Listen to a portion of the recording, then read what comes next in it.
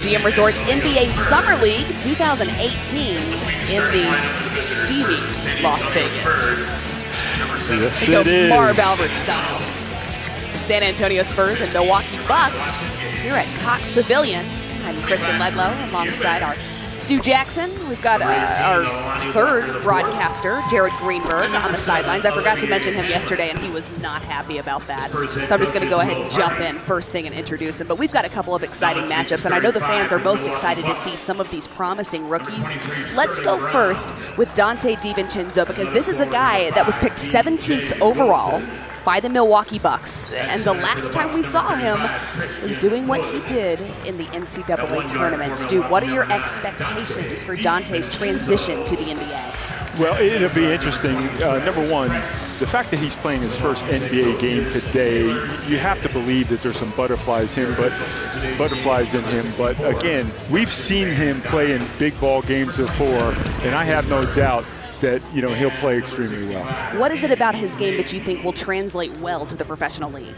What's interesting, I've had a chance to watch him intimately for the past 2 years, and even during his redshirt year as part of the Big East Conference, of which I'm a part of. And listen, this is a guy that never really was a starter at Villanova, but he came off the bench and did a variety of different things. He can shoot the ball. He can play pick and roll. He's a good team defender. He's a very vocal leader. I think you'll see a guy out here with a lot of energy, a lot of passion that'll translate to his teammates. Do you notice that those are the things that stand out in Summer League, that those are the kind of intangibles that you think stand out amongst those that will make it in the NBA? Well, certainly it helps. I think any NBA player, when you come in young, you have to believe that you're good. And what I mean is you have to carry yourself with a certain confidence level that translate into your game. And you take it with you every day, whether it's in practice, whether you're in your skill development sessions, the willingness and wantingness to get better, the wantingness and willingness to be a player. And I think that mindset is very important to carry over. Meanwhile, the San Antonio Spurs selected Lonnie Walker 18th overall from Miami. He said right after being drafted, it was time to work. It's time to prove everyone wrong. I know I'm in the right place at the right time to become something special. What is it about him that is special? Well, it's a little bit of a tale of two different players with he and Donte. Donte, a little bit more experience, 3 years in college, 2 years on the floor. Lonnie Walker, a one-and-done type player. He's got a great deal of talent with the basketball, extreme athleticism that could translate as he begins to develop as a San Antonio Spurs into perhaps a future star in this league. Milwaukee Bucks with the first possession. Brown looking to create offensively, drives, can't get it to go, but gets his own rebound and put back. Sterling Brown is coming off an outstanding game. At 6'6", 230, very strong body, can do a lot of different things, and has played well in this summer league. Bucks with the rebound off the miss. In these games, Kristen, that actually means something. The winner moves on into the winner's bracket, the loser into the consolation bracket. It's a little bit more on the line here for some of these players. And, they'll play team basketball. Donte takes his first shot there, a little one-hand floater, it misses. But we'll have to keep an eye on how he progresses and bounce back, and particularly in his shot selection and how he gets himself going here. What is it that you think is going through his mind as he makes a professional debut? Well, Kristen, you can't describe in words. Here you are, it's Summer League. It's not the real NBA, but it's his first taste of being with guys that he now considers his peers, and he wants to show well. As an NBA player, you're always trying to develop that level of respect, and this is the first step for Donte. Trice trying to avoid the double team, drives inside, kicks out to DiVincenzo, back to Brown. He'll pull it. The Bucks with another chance. Spurs with the rebound off the miss. Well, it's interesting now, the Bucks, you don't want to start out the beginning of the game where something matters, taking a lot of jump shots. You want to get yourself going by getting penetration into the paint or inserting the basketball into the post. Here's Lonnie Walker's first shot. A good shot, catch and shoot. just happens to be a little bit off to the side. That's one of the areas that Lonnie will have to continue to work on in terms of his consistency, and that is the ability to catch and shoot and knock down three-point shots. The Bucks have opened 2 of 6 from the field. There's their 7th field goal attempt as Hanlon takes it the other way. Trey McKinney-Jones.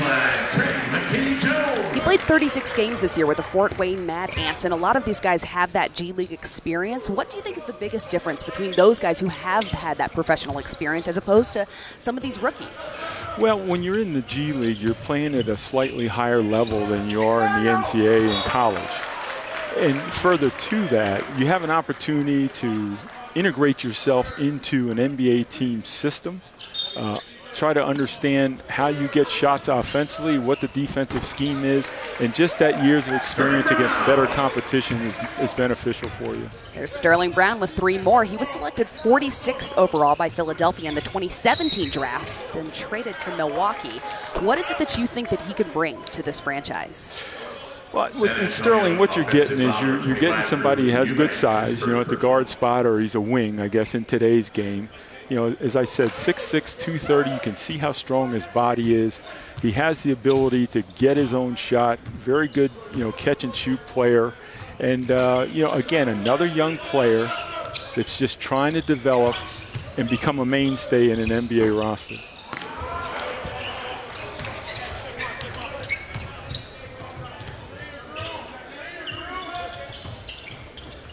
Hanlon to Blossom Game inside.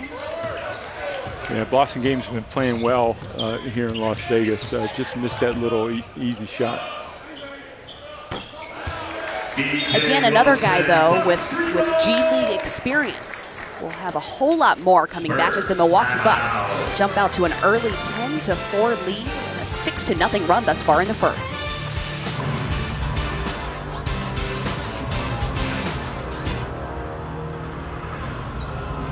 Bucks take a 10-4 lead here in the first quarter. Spurs GM R.C. Buford, who actually thought that Lonnie Walker was ranked significantly higher, said that he was excited that he was available and excited about what he could potentially bring to this franchise. Yeah, without question. I think many thought that Lonnie Walker would go at the back end of the lottery, somewhere 10-14. There were some rumors, Kristen, floating around about a potential injury or a problem with his medical. But I think for the young man, Lonnie Walker, here's a guy that, a one-and-done player probably went to the right organization. That's R.C. Buford's organization with the Spurs, who has historically done a great job of player development. The Spurs, they're able to interrupt what was a Bucks 8-0 run. It's been a very balanced, though, scoring effort thus far, Stu. 5 points from Sterling Brown, but 3 more from DJ Wilson, Christian Wood with a couple as well. These guys have been moving the ball early on. Yeah, and it stands out. They are owning the backboard here early on against the Spurs. Another key factor in any game is the three-point shot.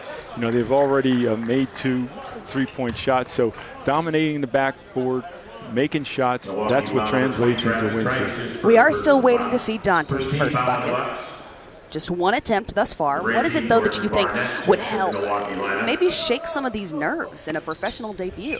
Well, if I'm the Bucks coaching staff and I want to get Dante off, so to speak, I want to try to get him something going north and south, to the rim, not a jump shot, not something off the dribble, but something where he has an opportunity to create a play for himself or someone else.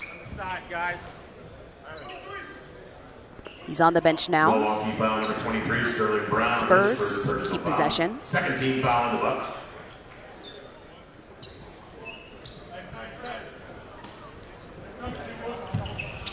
Olivier Hanlon on the inbounds. He spent last season with the Austin Spurs, their G League affiliate. Amida Rima. Well, that's the type of thing you got to get if you're the Spurs. That's that right there, yeah, right. You're not shooting the ball extremely well. Get things off the backboard, offensive rebounding. Get yourself going in this game again.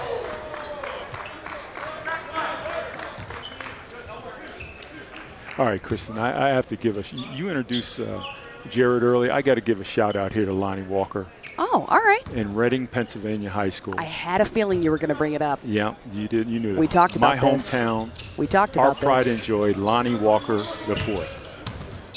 So, I mean, promising things then, but he can't obviously be the first success story from there because look at you.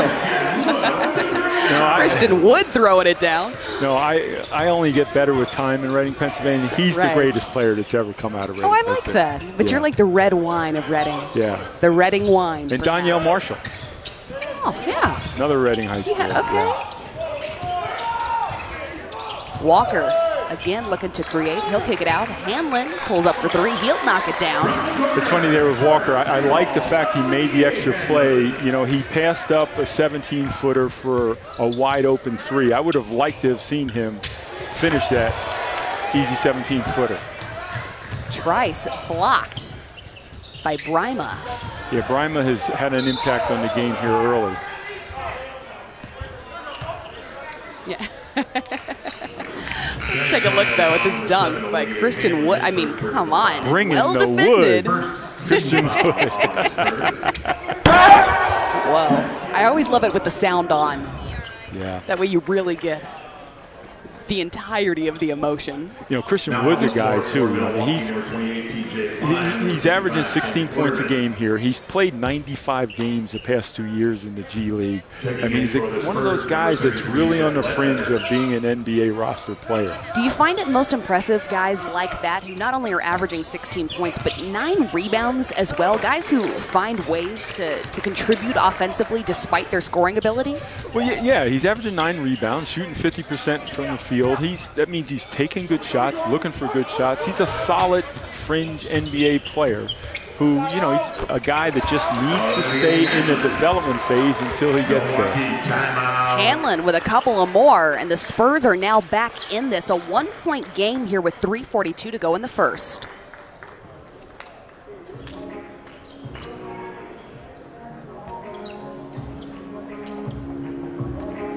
Summer League team by 1 early in the first quarter here. And the big story is the Spurs regular season team and whether Kawhi Leonard will still be a part of that team when the Spurs open up the 18-19 campaign in which he has 1 year left on his contract. Well, we showed you R.C. Buford in the stands earlier. He is the Spurs general manager. Spurs president and head coach Greg Popovich not here in Las Vegas, but he will be in a couple of weeks for USA Basketball's minicamp as they get ready for World Cup qualifying play. Now, in terms of Kawhi, he was spotted last night at Las Vegas in a club here in Vegas. We've not seen him. We doubt he is going to be here at Cox Pavilion. But here's an interesting note. Since we are in Vegas and there's so much about gambling these days, OddsShark, who has odds on where Kawhi Leonard will end up next season, has now the Toronto Raptors as the favorite to acquire Kawhi Leonard. The second best odds are the Spurs, that he remains a part of R.C. Buford's squad. Several other teams in the running here, but guys, it is an interesting situation for a team that is not really in the spotlight unless you're talking about them winning championships. Yeah. Well, it is interesting. It's very interesting. I think what's really interesting is his being rumored to go to the Toronto Raptors. I mean, it just, what we've heard over and over is a possibility of wanting to return back near his home in Southern California. But it sounds like he may opt for being with a friend from Southern California, and that is DeMar DeRozan. Right. Which would be interesting, to say the Jared, least. though, did bring up the fact that Coach Pop is, of course, not here right now. He could be here, will be here later with Team USA in Las Vegas. But, Jared, with 2:34 left in the first quarter, you do realize in a regular season game this would be your moment to talk to Coach Pop, considering the Spurs are the visiting team. Any Vegas odds on how many words he may give you in this one-point game? Well, in the words of Shaquille O'Neal to Charles Barkley, Google me, Kristen, and I think you'll find the answer on that. What, do you have a beard now? It's a confident young man, that Jared Greenberg. That he is. Speaking of confidence, Lonnie Walker headed the other way, out to Ledbetter. No, but you guys mentioned the Raptors, and, you know, I spoke with people in the Raptors organization throughout the course of the year, not even when we thought Kawhi Leonard would possibly be on the trade block. And I think there was interest, but not from the standpoint of, oh, yeah, we got to go out and get that guy. I think that, you know, what we're all missing in this story, and maybe because it's oversimplistic, is Kawhi Leonard, when healthy, if healthy, is a top 5 talent in this league. And I think all 29 teams will pick up the phone if they feel like they've got what it takes to have a serious conversation with R.C. Buford about acquiring Kawhi. Well, Jared, as you know, not everybody does have the wherewithal to actually have a serious conversation, but the Toronto Raptors actually have the assets to have a serious conversation with the Spurs. When you look at the fact that they have one of the best young benches in the NBA, aside from the fact they've got bigs, they've got backcourt players, young, growing, athletic players.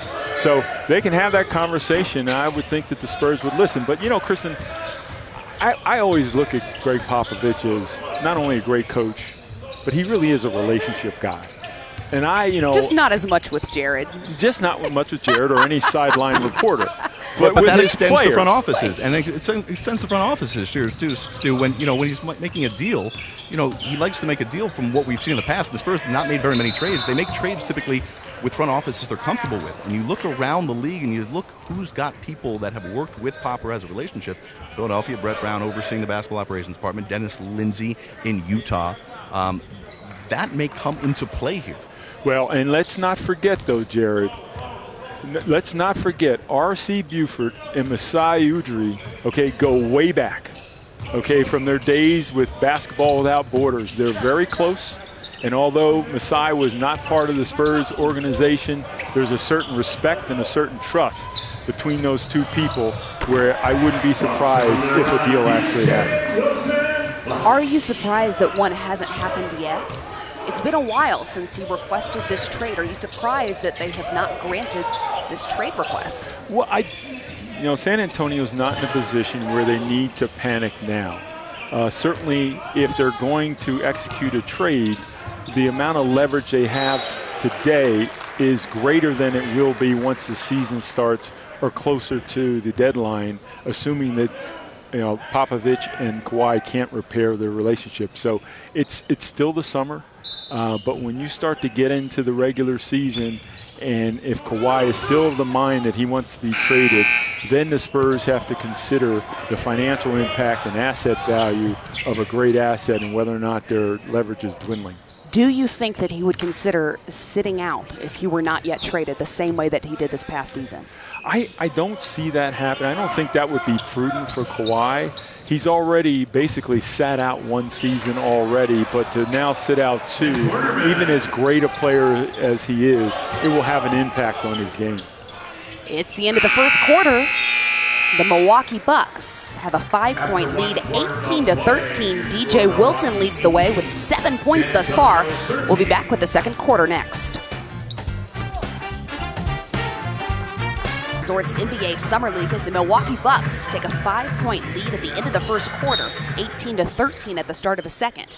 Our Jared Greenberg is standing by with Milwaukee Bucks president Peter Fakin. Yeah, an exciting man here because there's a lot happening in Milwaukee. Got a great Summer League squad in front of us, but back at home, there's a lot of doings here with a brand new facility being built and getting ready for this upcoming season. Peter, you and I have talked a lot about how much Giannis Antetokounmpo has meant to this franchise. How much does it mean to Milwaukee and to the NBA to have this unbelievable facility getting ready to open up? Well, I think it's all part of the transformation. So we talked about Giannis being that accelerant for change. I mean, to have a physical plant now that's the best of the best in the world is like a real statement. So we're going to show in a couple of moments here. I want our viewers to really get locked into some really cool footage that you sent us.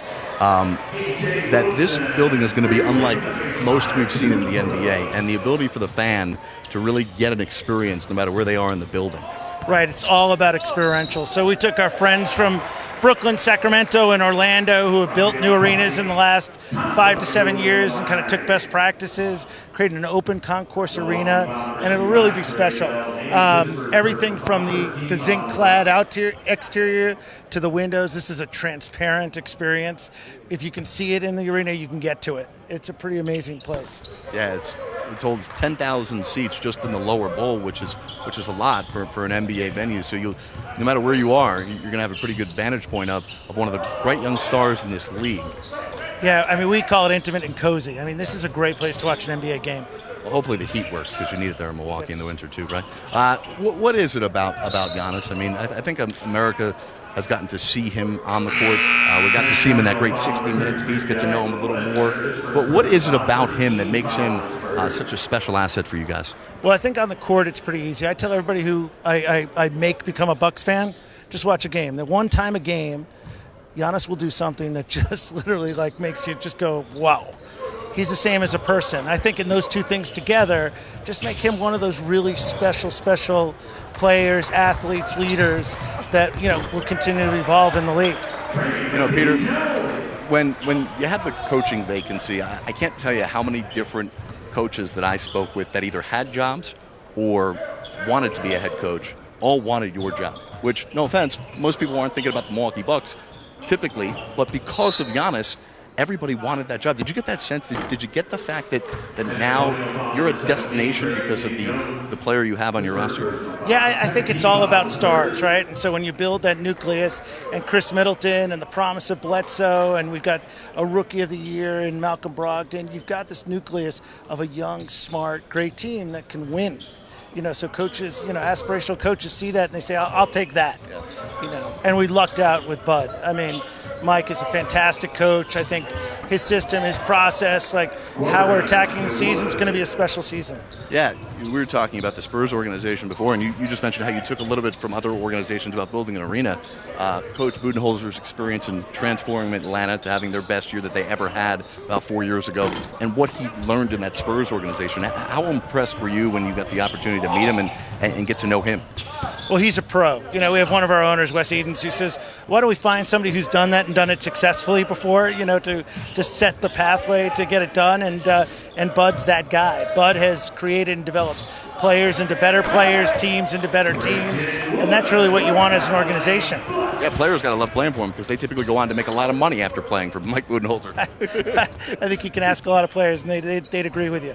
Well, Peter, we appreciate some time here. It's an exciting time for the Bucks. I can't wait to get out to the arena. It looks unbelievable. Great. We can't wait to have you. Go Bucks, and thanks for the time. All right, Stu, it kind of looks like the mock draft over here with Peter wearing the hat like you did a couple of weeks ago on NBA TV for 2 straight hours.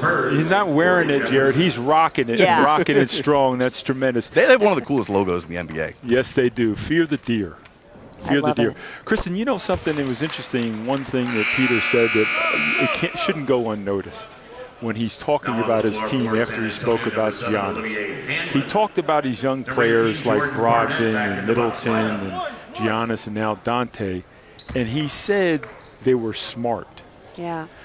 Which to me, as a president, indicates that they have a certain type of player that they're going after, obviously talented ones, but they want to win, and they think that smart players are capable of winning, and that wasn't lost on me. Again, he's the president. He knows what they're looking for, and I just didn't want viewers to let that go by, because there's a man that understands what he wants his team branded as. And such an excellent description of Giannis as well, when he says he's recruiting fans to the Milwaukee Bucks, that he tells them, watch one game and you're going to be amazed by something he does, and that's exactly what he's like in person as well. Coach Bud, though, with this very young core and the opportunity now to step into this Bucks new arena that's going to be opening up on August 26th, he talked about that lower bowl, the experience of it. 17,500 fans will be able to fit inside it for basketball games. But Stu, one thing I wanted to mention to you is something that our Caron Butler told me, and he's trying to have the very first ever event in that arena and have his wedding vow renewal ceremony for all of his family members from Racine, Wisconsin. That's great idea, that's right? awesome. Caron Butler is a Wisconsin native, as you just mentioned.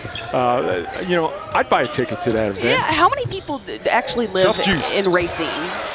I'd probably say 100,000. It can't be much more than that. Don't quote me how on many that. do we think perhaps are related to Caron? Tough to say. Well, let's go to this replay with Lonnie Walker here. Well, there you see Lonnie going to his left. That's what he does extremely well. When he has the ball in his hands, he has the ability to create for others and create for himself. And at his size, Kristen, he's got great size for a wing player, guard player at 6'6", great quickness, long arms, athleticism. That is a glimpse of what you're going to see from Lonnie Walker down the road. Racine, by the way, Stu, has 77,571 residents. If we assume about 10% or so of them are related to Caron in some fashion, they could fit into the arena. Yeah, no question. Tough juice. And you know what? I have to believe that there will be caravans of buses from Racine no up doubt. to the new arena No doubt. to see Tough Juice renew his wedding vows. What a great story. What a great young man, Caron Butler. Yes. And if you don't like guys like Caron Butler, you don't You're like the problem. Yeah, you're right. the problem. Yeah, no doubt. DJ Wilson leading with 12 points thus far as the Bucks now lead the way 28-23. Spurs with another attempt from downtown, but Milwaukee headed the other way. Yes, when you take a long jump shot like that from a big, that's a shooting turnover, Kristen. Yeah. Leads to an easy bucket in the other end. Look at that right there. That's where all of Caron's family members will be walking in to those beautiful doors. We'll be right back after this.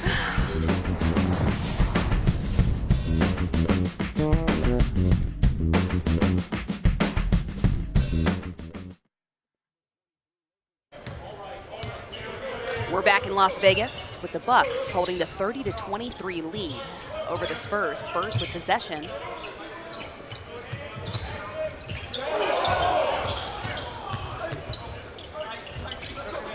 Hanlon with a turnover. He's been nearly perfect out here thus far offensively. Yeah, he got himself up in the air and what we call over-penetrated the basketball with not any options.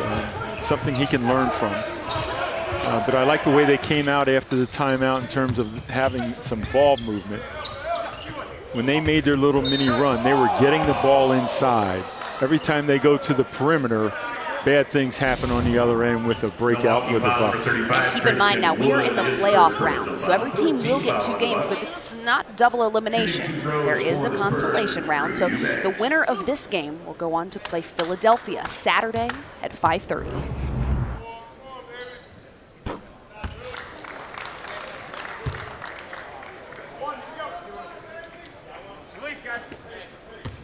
Drew Eubanks at the line.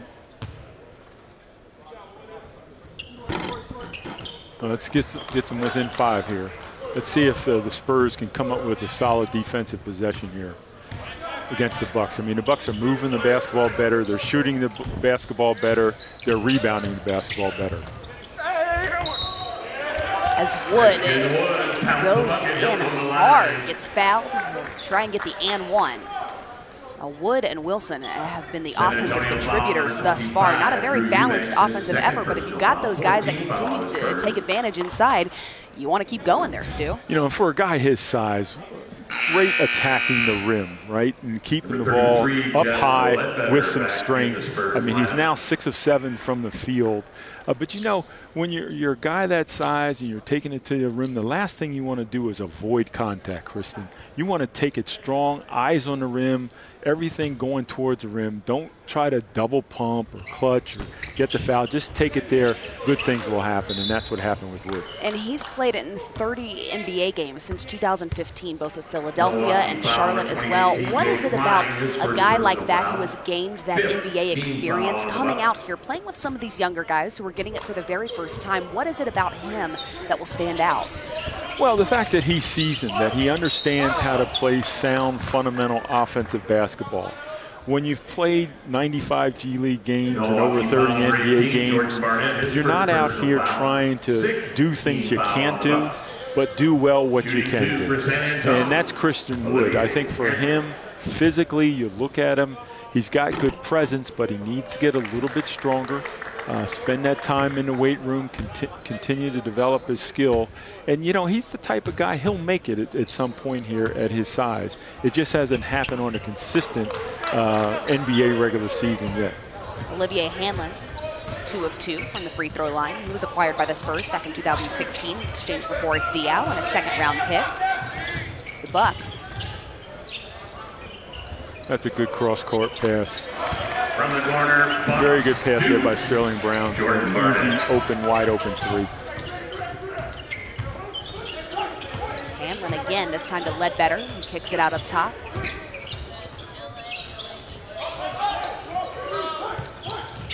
Someone said Ledbetter is the oldest player here in the Summer League. Were you aware of that, Kristen?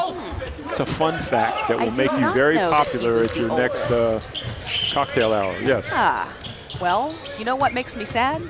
If he's the oldest player here, Stu, he's actually still 6 months younger than I am. Awesome. Christian Wood with the putback. Christian Wood yet again. See, Christian's having some success here because there's no one really on the Spurs that's physical enough to really get a body on him. So he's just having free reign on the offensive glass, having free reign driving the basketball at the rim because physically there's no one out here to really match him. 12 points for Hanlon thus far. He was 1 of 2 his last trip to the free throw line, but here's Wood yet again and continuing to score. He's not just taking advantage of those half-court sets where he's able to set up his man defensively. He's also taking advantage in transition. I mean, this is a guy who could get down the floor. Yeah, he's got some versatility to him. And, now he blocks the 16 points. There's a block. He gets it ahead to Trice. Barnett throws it down. Christian Wood officially just became this game's Swiss Army knife. He's doing it all. Does it all. Yeah, he's doing it all. Lonnie Walker, the Reading High School product, since we're plugging Stu's. All academic ACC too, by the way, Kristen. You were, no, he was. Yes. Yeah. It's that good Reading High School education. I did, though, a little bit of research. Lenny Moore, Hall of Fame running back. The Baltimore Colts, also from Reading High School. That's correct. Went to school with his son. Spurs again headed the other way. Walker tries to give it up, but a broken play there. Bad decision. He might have wanted to just taken that and finished with his left hand. Feed the hot hand. Wood thought he was fouled. The Spurs get it ahead to Walker. Lonnie Walker. Milwaukee, timeout. Milwaukee leading the way 40-32 now. But how about Christian Wood? Get it out of here. The Swiss Army knife of this game thus far.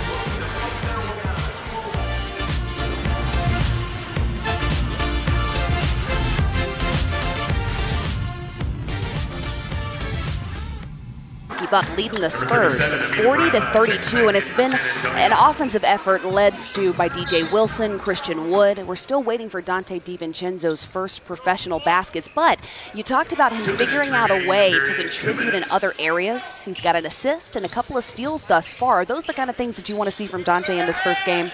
Well, those are a given with Dante. He's going to do other things in the game to help you win. I mean, the fact that he's not shooting the ball well right now probably has more to do with the fact he hasn't played. And as much as he's probably practiced and worked out, again, he's not in a good offensive flow the way that I'm used to seeing him. But again, that won't deter him from the other parts of the game. He'll rebound. Then do you shake that? How do you shake something like that? Because it could be that he hasn't played. It could also be some of the nerves of playing in your professional debut. Do you try and drive more often? Do you try and dish off to some of your teammates? How do you get going offensively when your shot isn't falling? Well, I've always found, coaching the game, that when players are struggling, if they can get to the free throw line or get an easy shot at the rim, just so they can see the ball go through the net, it helps their confidence, and then better things start to happen. The Spurs, though, making a run here, a 9-0 run as they cut into the deficit. Milwaukee now just leading the way by 3 with less than a minute to go in this first half. See, it's interesting when you watch the Bucks, their three-point shots are coming off of either going inside and out or making the extra pass, and now, they're 4 for 9 from the field. When you watch the Spurs take three-point shots, they're off the dribble, they're not off the extra pass, they're forced, and that's the difference in the game. Jerron Blossomgame driving, gets the foul. Foul number 5, DJ Wilson, his first personal foul. First team foul. We're going to take a live look over at Thomas and Mack. Our game now with 30 seconds to go until halftime, but this game in the first quarter, less than 5 minutes to go. We've got the battle in La La Land. The Lakers leading the way 10-4 over the Clippers. Blossomgame misses his. It's unfortunate the Spurs are missing 2 key pieces today. We should mention that. The fact that Derek White is not playing with the Spurs today. Chimezie Metu as well. Chimezie Metu, right. Yeah. I mean, we saw Chimezie play early in the summer league, and good rim protector, real live body, and maybe it would have given Wood some more wood. And we wouldn't be going off like he is. You did, though, say that because of those missing assets, that Lonnie would be heavily relied upon offensively. Yeah, and so far he's not had one of his better games, but, you know. There's Dante DiVincenzo with his assist. And Bucks for three. We've got less than 5 seconds to go here in this first half. Hanlon trying to make something happen offensively. Ledbetter can't get it off in time. And the Milwaukee Bucks lead the way 46-38 to finish that second quarter. Wood leads the way with 16 points and 8 rebounds. We've got more from halftime here in Las Vegas coming up after this.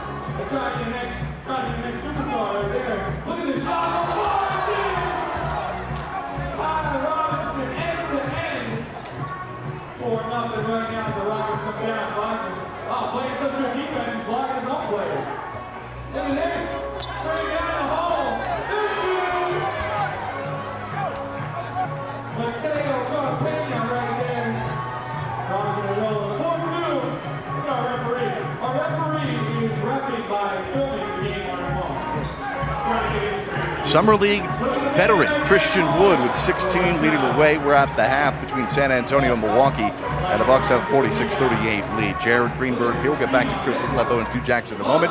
You know, Sekou Smith from NBA.com. You know, a lot of buzz. We're talking about Kawhi Leonard, but now the paparazzi's getting involved with spotting Kawhi at a local hotel, and now the real wonder is in a couple of days, USA Basketball minicamp, and that's bringing up a lot of intrigue because Mike Krzyzewski stepped outside of the way, and here comes Greg Popovich just in time to coach Kawhi.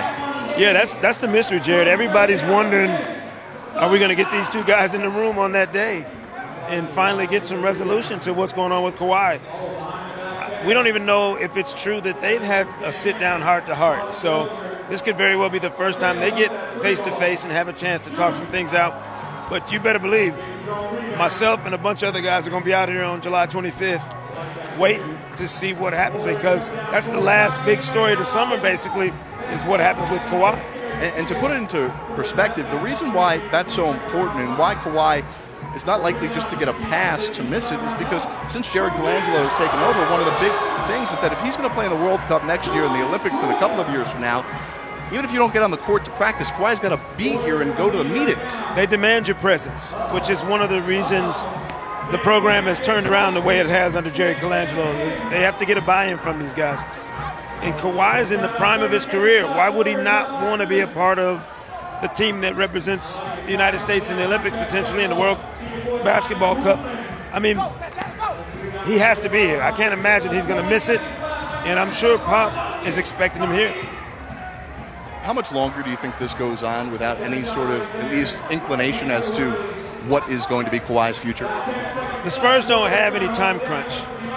They could drag this all the way out to training camp, start a training camp, even to the trade deadline in February, if they wanted to. If they wanted to make it uncomfortable for Kawhi. It's really up to Kawhi to decide what he's willing to do. If he just is adamant about leaving, he's going to have to make that clear to Pop, man to man, and let him know what he wants to do. And the Spurs still have that nice little chip of a $219 million contract that they can offer him this summer. Sekou Smith, read his work at NBA.com. Check out the Hang Time podcast. Sekou, thank you so much. We got Kristen and Stu coming back with the second half. We're waiting on Dante DiVincenzo to do that, get his first pro bucket.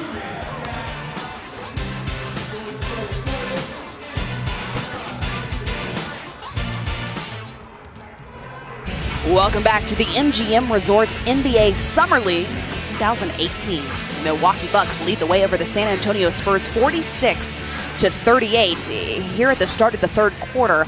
And Stu, you and I have talked a lot about Dante DiVincenzo making his professional debut. 0 of 3 from the field thus far, but 2 assists, 2 steals. We haven't seen him score yet. We're waiting on that first professional bucket, but what is it that you want to see from him in this second half? Well, you're rooting for the young man. You want him to shake off some of the rust, and the fact he hasn't shot the ball well, it has more to do with the fact he just hasn't played. But the reason the Bucks took Dante DiVincenzo is because of his all-around game. The fact that he can make a play, he passes the ball extremely well.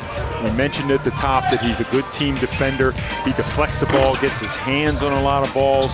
You know, he can get in the lane and makes plays for others. And, you know, listen, when you're, you know, an NBA player, there are only 60 guys in this league that you count on for scoring every single night.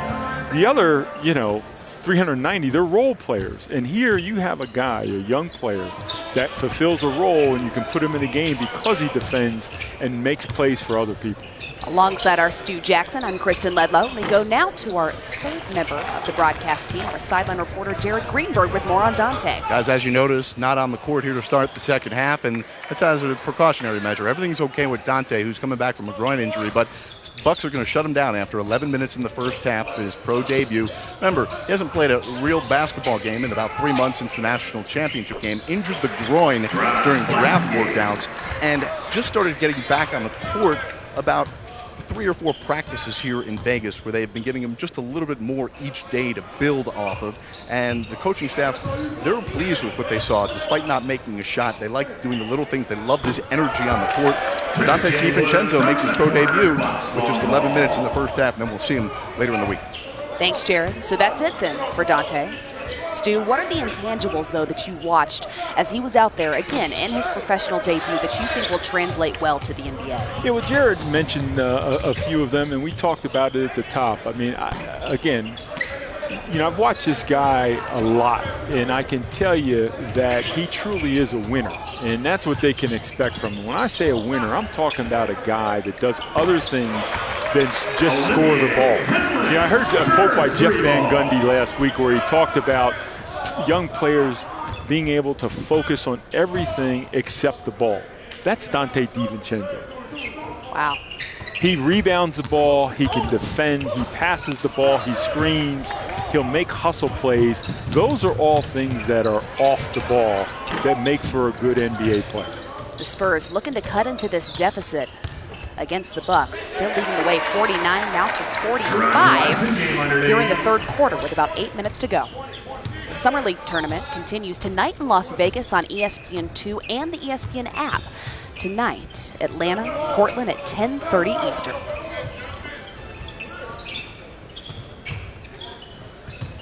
Okay, Spurs making a little bit of a defensive stand here.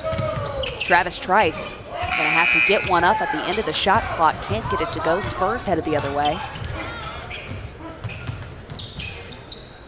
Spurs have come out, Kristen, and really tried to make a better defensive effort. Down at that end, you can see it. It's paid some dividends. They've cut the lead to 4 points here. And it's not an easy thing to do when you're playing on a team that you're not used to playing with, when you're playing alongside guys that you haven't had a lot of chances to play alongside, to be communicative on defense, to know where it is that you're supposed to be. No, it's a very good point. And Kristen, the toughest thing is just when you're only together for a short time, getting defensive rotations down pat is tough. So you really individually have to rely as a defender on stopping your guy and just at the very least helping one time and returning back to your man. Because you don't have the rotations, the schemes to really extend offenses late into the shot clock. It hasn't just been that communication on defense that has made the Bucks so successful thus far in this game. It's also just their 5th turnover. That's their lowest thus far in Summer League. Yeah, turnovers are key. That was a great defensive play there by Barnett from the Bucks with the block shot, giving them an extra possession. Wilson yet again. He can't get that one to go, but Wood is there. Well, he couldn't get it to go because I thought Bremer made an excellent defensive play just to challenge that shot without fouling. Unfortunately, the Bucks get the ball back. Christian Wood on the inbounds. Finds Wilson. Went up strong yet again, but another great defensive effort by the San Antonio Spurs and Amita Brima. Yeah. That's one contest by Brima, and now you have the well-timed block. That's excellent. You know, those are the type of plays that inspire a basketball team, even in Summer League. That's his 3rd block thus far. Yeah, those are the type of effort defensive plays that pick your whole team up and continue, the run that they're doing right here. So let's see what it brings for the Spurs.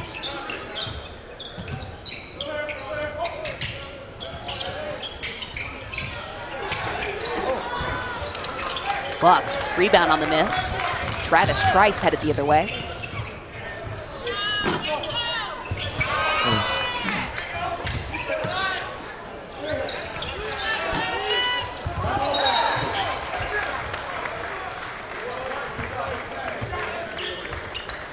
Staying on this end. A double-double already, though, for Christian Wood in this one. Yeah, no, he's been terrific. Now, the fact that Brima's now in the game against Wood is a matchup that you want to watch, though. When Wood had his highest productivity in the first half, Brima wasn't in the game. So, I don't think it's any coincidence here that, the fact that he's on him now, Wood hasn't been as productive, but we'll keep an eye on him. And you mentioned that the Spurs had to make defensive stops in the paint as we see Wilson score yet again inside. Yeah, no, that was an excellent, well-designed play there. DJ Wilson slipped away from the screen. Again, we talked about defensive rotations, and they aren't there. Those are the type of, second and third defensive plays and rotations that are tough to put together with the summer league team that lead to easy buckets like that. 14 for Wilson. Walker out to McKinney Jones, but again, Brima with the rebound. Spurs with possession. Yeah, the Spurs are a little bit out of sync offensively. Players don't know where to expect the basketball, where it's coming from. A little bit too much dribbling, creating for themselves versus other teammates. And it's also gotten quieter. Have you noticed? Offensively, they're not talking to each other anymore. Yeah. The Milwaukee Bucks lead the way here in the third quarter with 5:17 to go, 51-45. We'll be right back.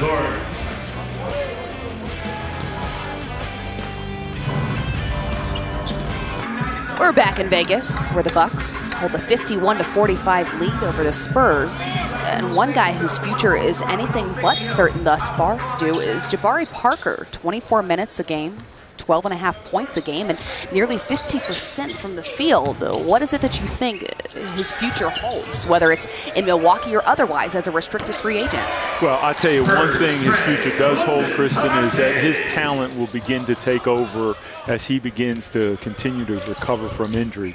There's one thing we know about Jabari Parker. He is a supreme talent.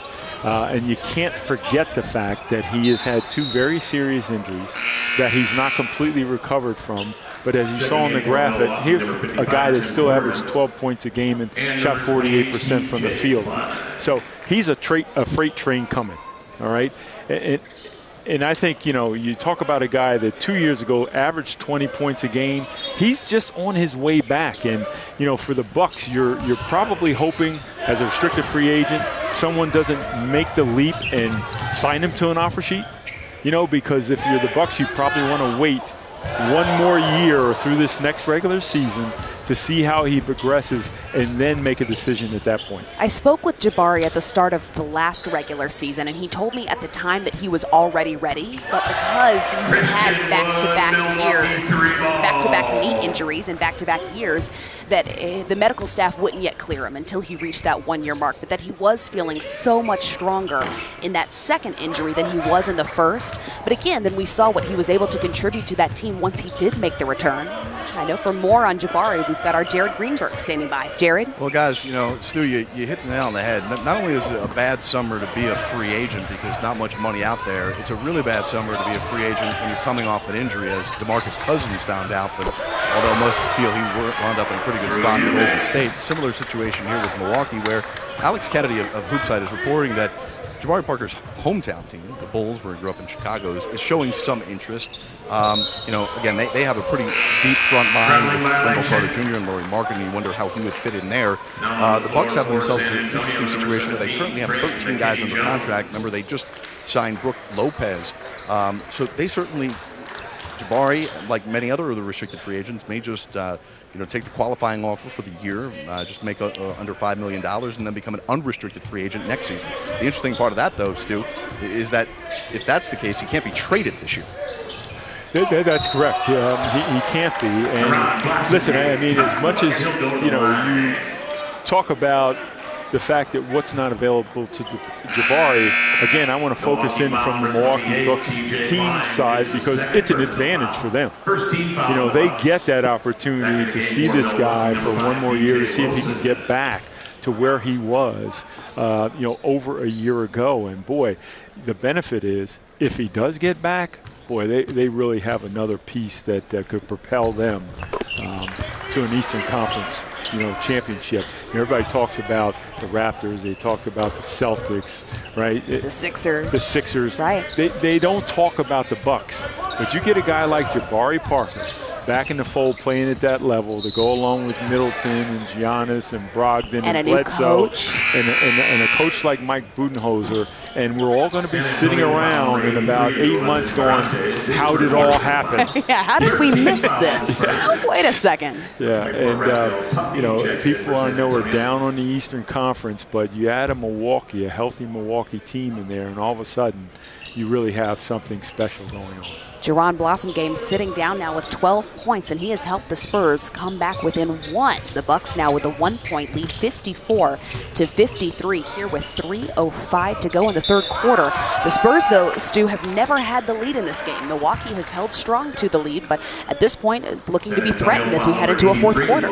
Yeah, but Milwaukee's playing smart basketball here, Kristen. And they have from the opening buzzer. They move the basketball. They take good shots that are on the perimeter. They come from inside out. Here we have a situation where they're only up one. What do? They drive the basketball at the rim, get a free throw, and try to maintain that cushion.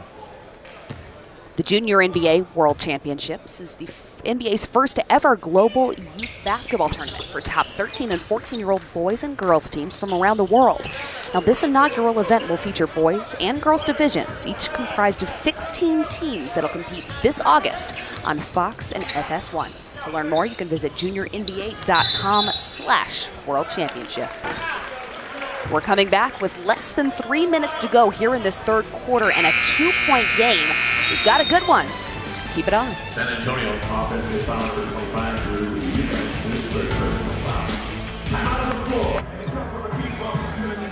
We're back in Vegas with less than 3 minutes to go in this third quarter and a 2-point game in a game that the Bucks have never trailed, largely due to Christian Wood.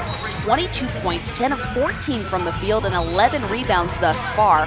And Stu, he's appeared in 30 NBA games since 2015. He only hit 4 three-pointers total. He's got 2 already tonight. Well, he's a living example of how big men in today's NBA are increasing their value as a player by shooting a long-range perimeter shot. But Christian Wood today, the fact he's got 22 points, 11 rebounds in 21 minutes is impressive. He's a leading rebounder in the game, but he's also leading in the game in offensive rebounding, which tells you he's been very active, not only on offensively, but on the offensive glass. Defensively, he's had a little bit of a presence in terms of protecting the rim, and he's having an outstanding game. There's no way to cut it. And as Christian Wood sits down to perhaps catch his breath, our Jared Greenberg has a little bit more. It's something about July 12th. 2 years ago on this day, Christian Wood made everyone in Vegas turn heads. I remember the game vividly. We were doing it on NBA TV. He was playing for the Sixers at the time. July 12th, 2016, and Wood scores 22 points on 8 of 12 shooting, 5 rebounds, and had 2 blocks. It was one of those games where you said the Sixers have to find a way to get this guy on the roster and make him a pro. His 30 games in the NBA have been with Philadelphia and Charlotte. He, though, also, Stu, has played 95 G League games in that amount of time, so the professional experience certainly on his side. Yeah, without question. And, when you see young men develop their game and show this type of level of commitment and effort and energy, you root for them. I mean, you really do, because that's what the Summer League is really all about in terms of developing your game and making it to an NBA camp in the fall and hopefully to make a roster. Travel call on Sterling Brown. The Spurs now with an opportunity to continue to cut into this deficit as the Bucks start to pull away 61-55 now with 1:12 to go in the third. You know, if you're the Spurs here, you know, you just want to hang around here. You want to finish this quarter well. You don't want this 6-point lead to go to a 10-point lead. You want to get something good here offensively in the paint area or get to the free throw line. Good effort there by the Spurs. Tough miss. Milwaukee struggling to hang on. Now, I'm going to mention that loose ball right there, Kristen. I'm going to put my coaching hat on right now. I like it. It took a little bit too long for guys to get on the floor for that ball. This is Summer League. Like, you got to get on the floor. You know? I mean, I could have gotten out there by then. Yeah, there was just too much hesitation here. You had one guy go after, and everybody else is sort of reaching, you know, sort of, you know, should I go for it? Should I, you know, Guess I got to do this. Get on the floor. It's fair, though, because I played college volleyball and basketball, and at a certain point, you start to look at these hardwood floors and think, I got to protect my knees unless nobody else is going for it. Otherwise, you're 30, like me, and can barely walk. We've already established that I'm older than the oldest player here at Summer League this summer. What'd you say you were, 30, Kristen? Do you know what old is? No, I just said I'm older than the oldest player at Summer League. I didn't say old. Okay. You've been crying old a little bit too much. Well, because they're all 19. Yeah. Well, I'm double your age, so, you know. No, wait, you're not 60. I have 2 grandkids. Right, but that doesn't. I don't think I ever would have guessed you're 60. Yeah, well, you know, great look gene. Great. Great gene pool. Thank you, Chris.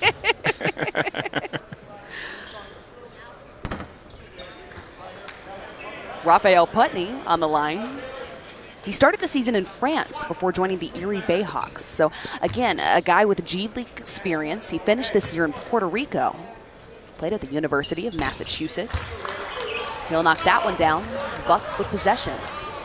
I mean, count them up on the Spurs, the Austin Spurs, I should say. There must be 6, 7 guys on their Summer League roster from their G League team.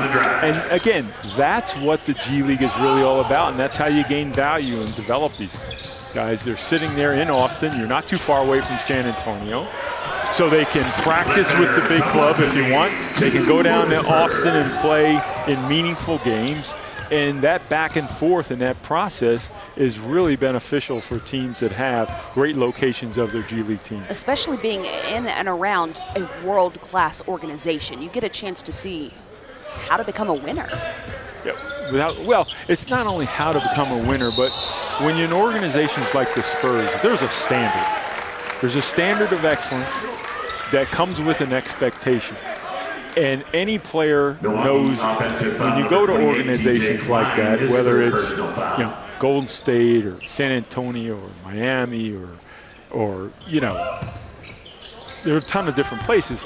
You come in and you understand quickly what is expected.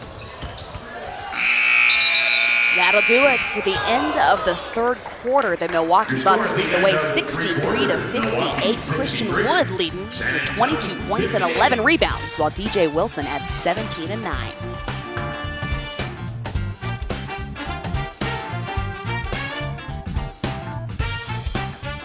Welcome back to Summer League. In Las Vegas, the Milwaukee Bucks holding on to the 63-58 lead over the San Antonio Spurs here at the start of the fourth quarter. And this has been an offensive effort dominated by DJ Wilson with 17 points and 9 rebounds, and Christian Wood with 22 points and 11 rebounds. Got those guys back out on the floor now, resting the end of the third quarter. Wood with the mid-range jumper, can't get it to fall. Spurs headed the other way. Yeah, when you get that much offense from 2 of your not only better players, but your more veteran players, that just lets you know that they've been in this position before. Both DJ Wilson and Christian Wood have performed terrific here. Let's take a look at the playoff bracket, because this is the playoff round. Keep in mind that the winner of this game is going to move on to play Philadelphia Saturday at 8:30 Eastern on ESPN2. That game was decided just right before we sat down. Keep in mind, this is every team getting 2 games. It's not double elimination. There is a consolation round, but the winner of this will move on in tournament play. Now now Wow. a 3-point deficit. What those two, would you say, if you're the Spurs, this is a team that has not led the entirety of this game. Oh, man. Christian Wood. And big fella rubs his head, Right. claims he got hit. Man, Great just cut knocked to his the own head basket. on the rim. If you're the Spurs, though, what is it that you want to do to try and regain this, to gain the very first lead for the first time in the fourth quarter? Well, you have to stay with what they're doing here, and you see it in this possession. Now the difference is they're putting the basketball on the floor to move the basketball in an effort to get a quality shot versus trying to create for yourself. This is just one heck of a Trey athletic McKinney move. Jones and hanging out in the air for a while. And then the other thing, Kristen, I mean, it's all about, now you're getting into crunch time, it's all about getting stops here, defensive stops. 5 guys committed to stopping the basketball. You make defensive plays like that, you have a shot.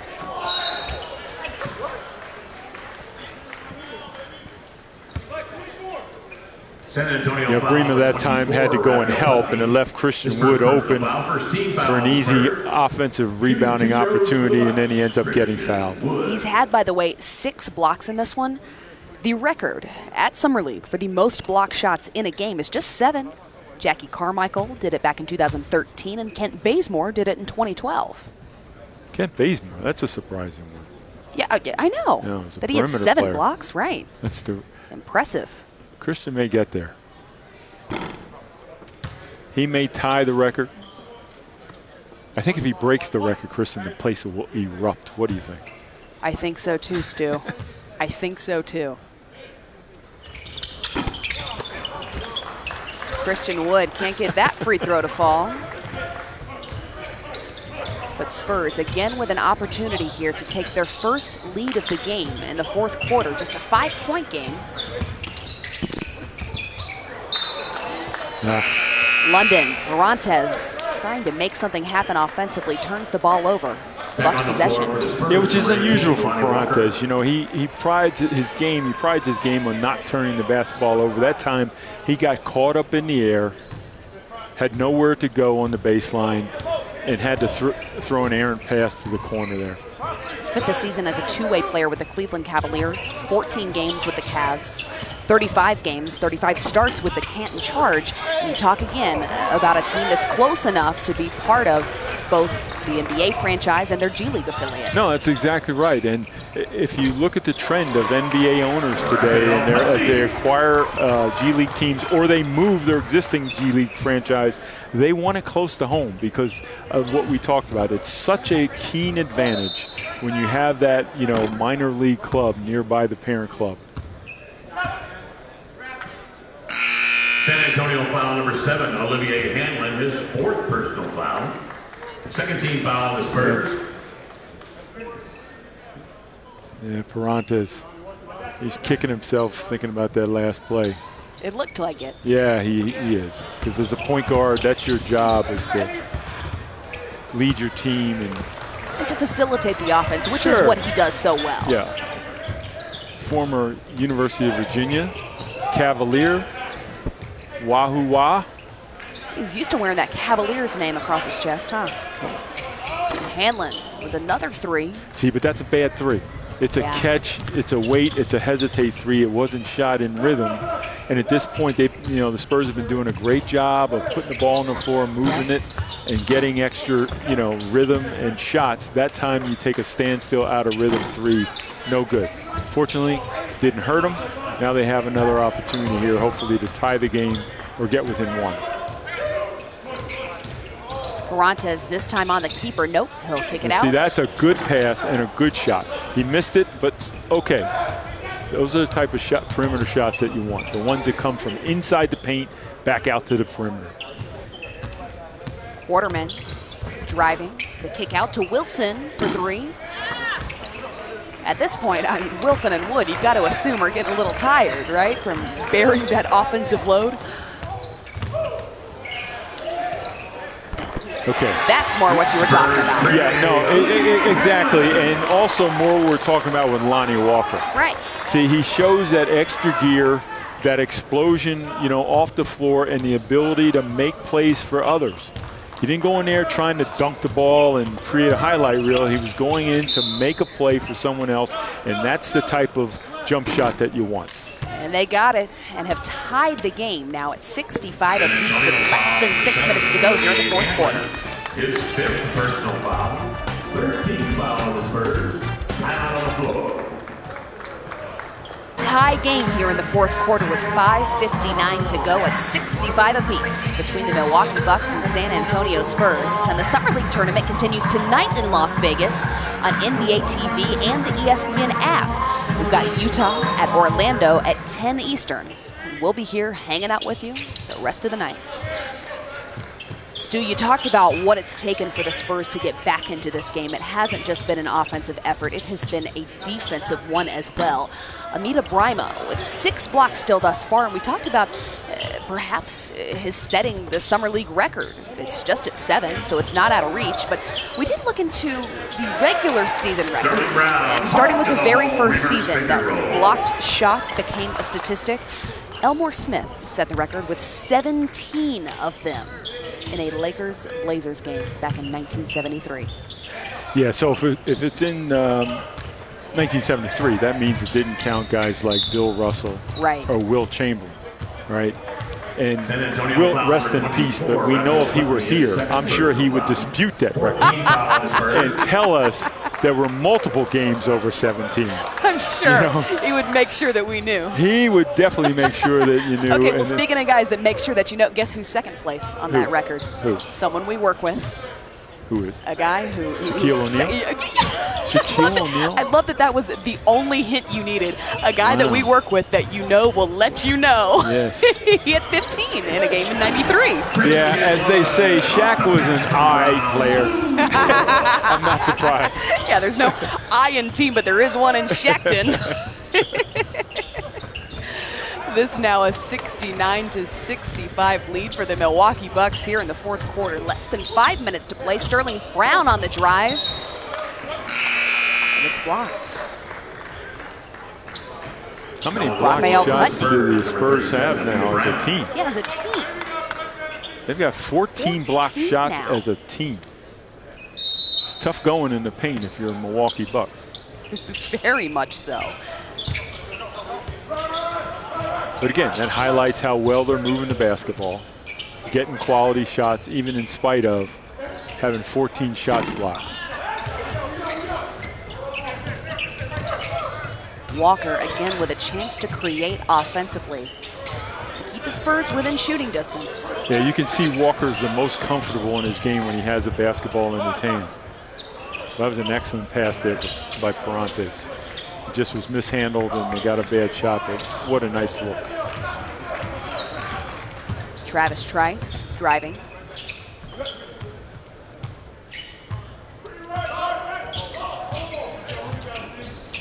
So you got a mismatch in the paint there. So even on the missed shot, you had Ledbetter on Wood there. I thought it was going to be another offensive rebound. Very good ball movement. And Lonnie Walker's down. He is. He hasn't gotten back up yet. You know, he's had a history of knee injuries. The timeout called as Lonnie Walker is able to San Antonio timeout. get back to the bench on his own power. We'll find out more, and we'll have more for you right after the break.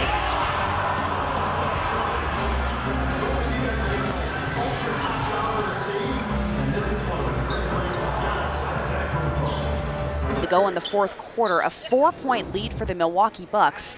And Lonnie Walker, moments ago, going down at the top of the key. He has made his way back to the locker room, and we'll have more information on that injury to what appears to be the right foot. Yeah, it looked like he tweaked his ankle or foot there somehow. You know, Kristen, when you see players get injured, I always cringe at the ones where there's no contact. Those are the ones that bother you the most, because then that just means that his body's failed him. It's not as a result of somebody inflicting injury. We'll have more on Lonnie, and as soon as we have it, we'll let you know. Travis Trice now kicking out. DJ Wilson. See, now the pressure is on the Bucks a little bit. You only have a 2-point lead. You want to make sure you get that good shot at the rim, which that was a very good shot, but now shots get a little bit more difficult to make if you're the team with the lead. Jaron Blossomgame with 3 more. This now, again, a 1-point game, but a Spurs lead, and their very first lead of this entire game, now with 2:25 to go in this fourth quarter. First lead, and quietly, Jaron Blossomgame has had a very good game with 19 points here. But the Bucks come back and they respond. I think we got a barn burner here, Kristen. That what do you we think? do, Stu. That we do. Yeah. We were just told to get more excited. We're excited. It's July Very and excited. it's basketball. That We're is what obviously will excite me. excited. That right excites there me. is what we needed. All right. Jordan Barnett throwing it down, undrafted in 2018 after 4 seasons in college. Hanlon now. Yeah, he was again. at Texas and then moved to Missouri. Carantes, now there, right, he dribbled into that shot, but those are the type shots you want your point guard Still to make. more in rhythm. Yeah, but he understands time, score, clock. You want your point guard to have that kind of confidence to step up a la John Stockton and take those threes at crucial times. Now, Stu, you and I are used to working those late night game times at NBA TV. All too many. What's the word that we are not supposed to say in the late game? Overtime. Well, you just said it. Okay, we've completed 57 of 82 games and no overtime games yet thus far here in Las Vegas. So we'll see. When you're working late night in that studio at 1:30 in the morning on West Coast games and you get an overtime game, it takes the wind out of your sails. It really does. Like, it's like you just can't get through 5 extra minutes. You just can't. But we have the opportunity to have it here. 1 minute to go, a tie game between the Bucks and Spurs. The winner will advance to play Philadelphia Saturday. And the turnover, again, just a miscommunication there, Stu. Yeah, no, he was zagging when he should have zigged. When that happens. But listen, okay, you have a turnover. It's a tie ball game. You know, it's what you call next play. Next play. You have an opportunity to get a stop here if you're the Spurs. Forget about that one. Make sure you have a good defensive possession. Keep your eye on Christian Wood.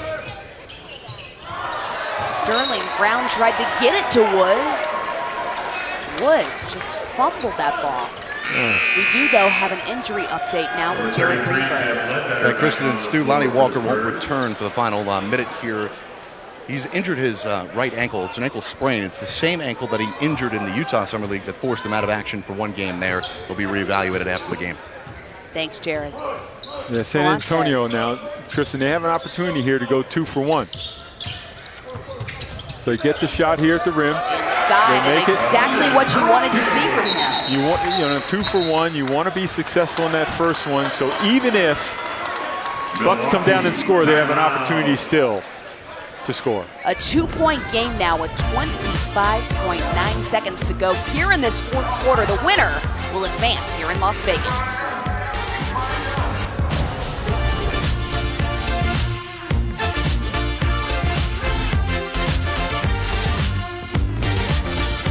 Resets to 14 seconds after an offensive rebound or a free throw attempt, and each team is allowed 1 coach's challenge during the final 2 minutes of the fourth quarter and in overtime. Now it would be a 2-minute overtime period, again now with a 2-point lead for the San Antonio Spurs. If it's still tied after that overtime period, it is a sudden death, which makes it a little more fun, right? Yeah, and also, I mean, just to further set the stage here, you know, you've got both teams, the Spurs and the Bucks, that have a foul to give.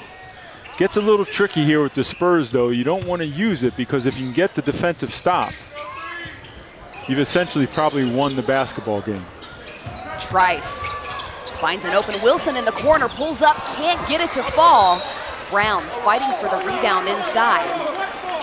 And we're going to stay with the Milwaukee possession.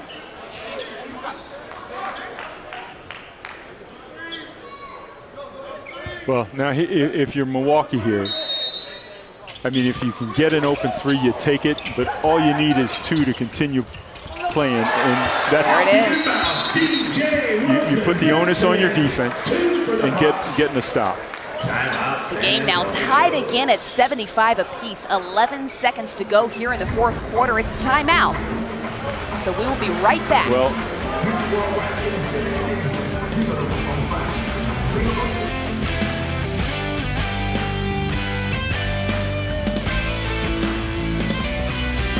with 11 seconds to go here in this fourth quarter between the Bucks and Spurs. And Stu, if you were the San Antonio Spurs and you took your very first lead of this game in the final minutes of the fourth quarter and now have an opportunity to win this game with 11 seconds to go, what's your play?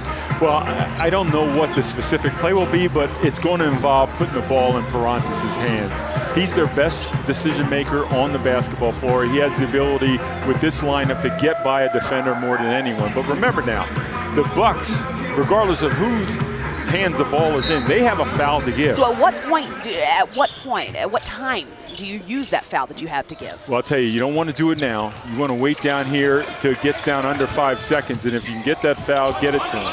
You said you wanted the ball in Parantes' hands. He can't get it to go. It's a loose ball on the floor, and it looks like the Bucks may have actually gotten a timeout call prior to the end of regulation. We're going to take another look at it here. You know, by the way, we haven't given a shout out to the officiating crew. You know, these officials on the floor here, many of them are young officials. They've done an outstanding job in this individual game. Very little complaining by the players, little complaining by the coaches. They've done a very good job here.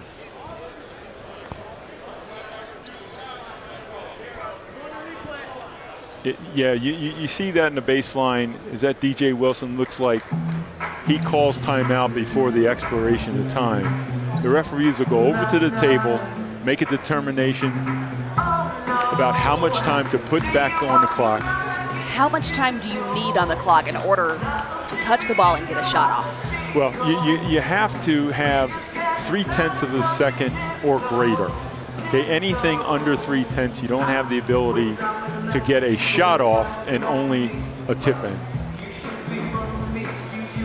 This is the old Trent Tucker rule. When I was coaching the Knicks, now you need to Google that, Kristen. It was a long time ago. We were down in the game with 2/10 of a second to go, 1/10 of a second to go. We ran a play. Trent Tucker catches the ball, turns, shoots, makes the shot. We win the game, and everybody after the game said there's no way that with 1/10 on this second on the clock, can you catch, turn, and shoot and make a jump shot. Came off a Mark Jackson inbound pass. On Martin Luther King Day, huh? On Martin Luther King Day. That's right. As the coach of the Knicks, I had a dream that day. And it was that Trent Tucker would shoot a winner, and we would go home happy. Man, but there was a scientific ruling. But after Not possible, huh? All right. We are headed to overtime. We're going to take a 1-minute break. The first ever overtime game of Summer League thus far in Vegas. And I think it's because Stu said the word. Right here at the Summer League. We're going to 2 minutes of overtime.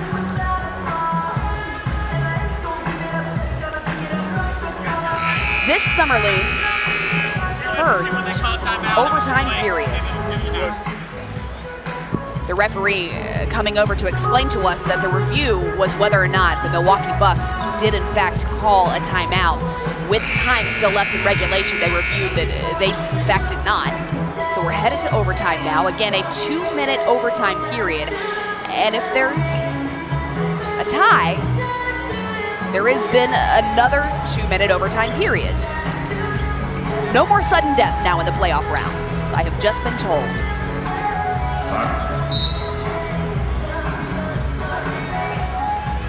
All right, 2 minutes of overtime. Okay, here we go. There's some length in your jump ball, huh?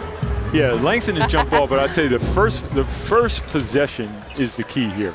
You know, whether you're the Bucks that you now have possession, that first is important. When the Spurs get it, their first is important. And when you've only got 2 minutes, you have to take advantage of each of your possessions. Sterling Brown looking inside. DJ Wilson trying to gain the advantage. Can't. Trice pulls up and knocks down the three. You know, if you're the Bucks, you don't like that shot, but you like the result. Yeah. That was a terrific shot by Trice. 8 points for Trice, and picked the right time to knock three down. Ferrantes to Blossomgame, who's looking inside. It's tipped. It'll remain Spurs ball. Yeah, you only have 9 seconds left on the clock here now.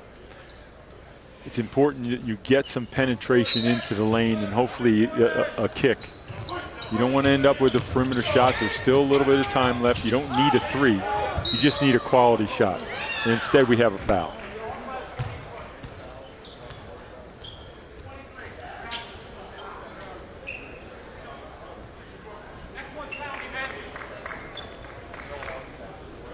Milwaukee foul number 23, Sterling Brown. Milwaukee foul is on number 23, Sterling Brown.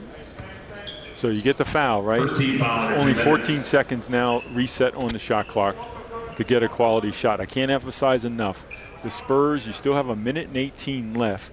You don't need a three, because that tendency is to go out there and try to tie the basketball game. What you need is a score and a stop. And that can be a 2-point score. It doesn't need to be a three.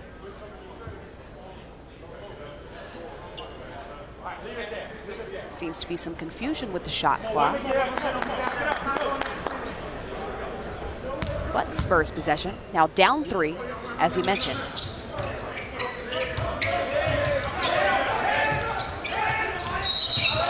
Yeah, that's a good call. Travel call on Blossomgame. Yeah, he got it, what we call happy feet. He picked up that back pivot foot before that ball came down on the floor. Makes it sound a lot nicer than it is, the happy feet.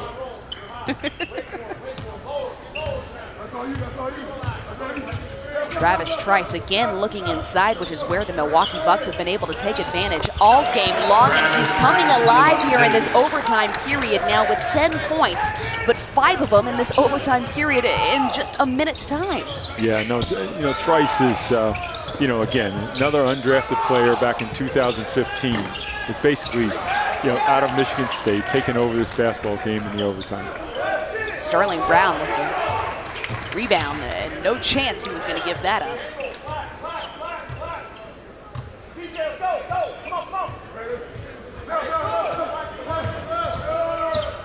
Again, the Bucks looking to take advantage inside. Brown on the drive gets his own rebound. At this point, you got a foul. You got a foul here. You got a foul. 20 seconds to go. What are we doing here? I don't quite understand that particular strategy. You're down 5. You have to. You need possession of the basketball. I thought that the Spurs would have fouled defensively. An 8-0 run for the Milwaukee Bucks in this overtime period. The Spurs unable to score. Milwaukee will advance to face the Philadelphia 76ers on Saturday. Their final score in overtime is 83-75. 8-0 in overtime. But it was Christian Wood who led the way, Stu, with 26 points and 15 rebounds. Not just what he was able to do offensively, the defensive presence and the intangibles that he's taken from his professional league experience, both with the G League and in the NBA, to lead this team from start to finish. Yeah, I can't say enough about the game that he played. I mean, you talk about laying the wood. He did it today. And, you know, what a way to, you know, begin to wind down his summer league stint and show that parent club what he's capable of. Just a tremendous performance. DJ Wilson added 19 points and 10 rebounds as well. Our Jared Greenberg is standing by. All right, Kristen. Well, we wanted to check in with Dante DiVincenzo, who didn't see any action here in the second half for overtime, but your first run as a pro, 11 minutes in that first half coming off the groin injury. How'd it feel? It's good. I feel healthy. I feel pretty good, but we wanted to limit my minutes just to not overdo it the first game. So I'm thankful that we pulled the W out and we get another game. Was texting back and forth with Coach Jay Wright during the game, and he said that the biggest thing about you is always be coachable, right? Being able to listen to the coaches. Yeah. What is it about that has made you so successful, whether it be high school into college and now with the Milwaukee Bucks? It's my ability to adapt. Different teams, different dynamics of different teams, and just my ability to adapt to that team and fit. So now what's the plan moving forward with you as you work your way back from the groin injury and get yourself out to full speed? How much more time do you expect to see out here in Vegas? Yeah, we're gonna see. We're gonna see how I recover after this game. Go back to the hotel, give me some treatment, and then come in tomorrow, get ready for practice, and see how I feel going forward. Hopefully, increase the minutes. The last time you were on the court, we know what happened in the national championship game, scoring the 31, the most outstanding player of the Final Four. Was there such a different feeling today being out there for the first time in 3 months? The different feeling was being out there with different guys. This is my first time I really played a game with those guys. I mean, I really wasn't scrimmaging that much in practice, so this is the first time I was on the court with those guys. I noticed before the game and then while the game was going on, there's a lot of communication. You seem like you've built a bit of a rapport with some of these guys already, trying to figure out who you're defending, what you're doing on both sides of the court. Yeah, I mean, communication is key for us. I mean, I think that's the reason why we pulled out this game today. Everybody was communicating and everybody's trusting one another. All right, Dante, congratulations on the pro debut. We look forward to seeing you hopefully later down the road in Vegas. Kristen, back to you. Thanks, Jared. Jared with Dante DiVincenzo. We were talking about what scientifically it takes to get a shot off, Stu. Yeah, no, but he's right. He played a great game, even though he didn't really make a shot. It's just tremendous. So he'll be fine. He'll get some treatment, come back even stronger. The final score, 83-75 in overtime, and we've got more Summer League action coming up.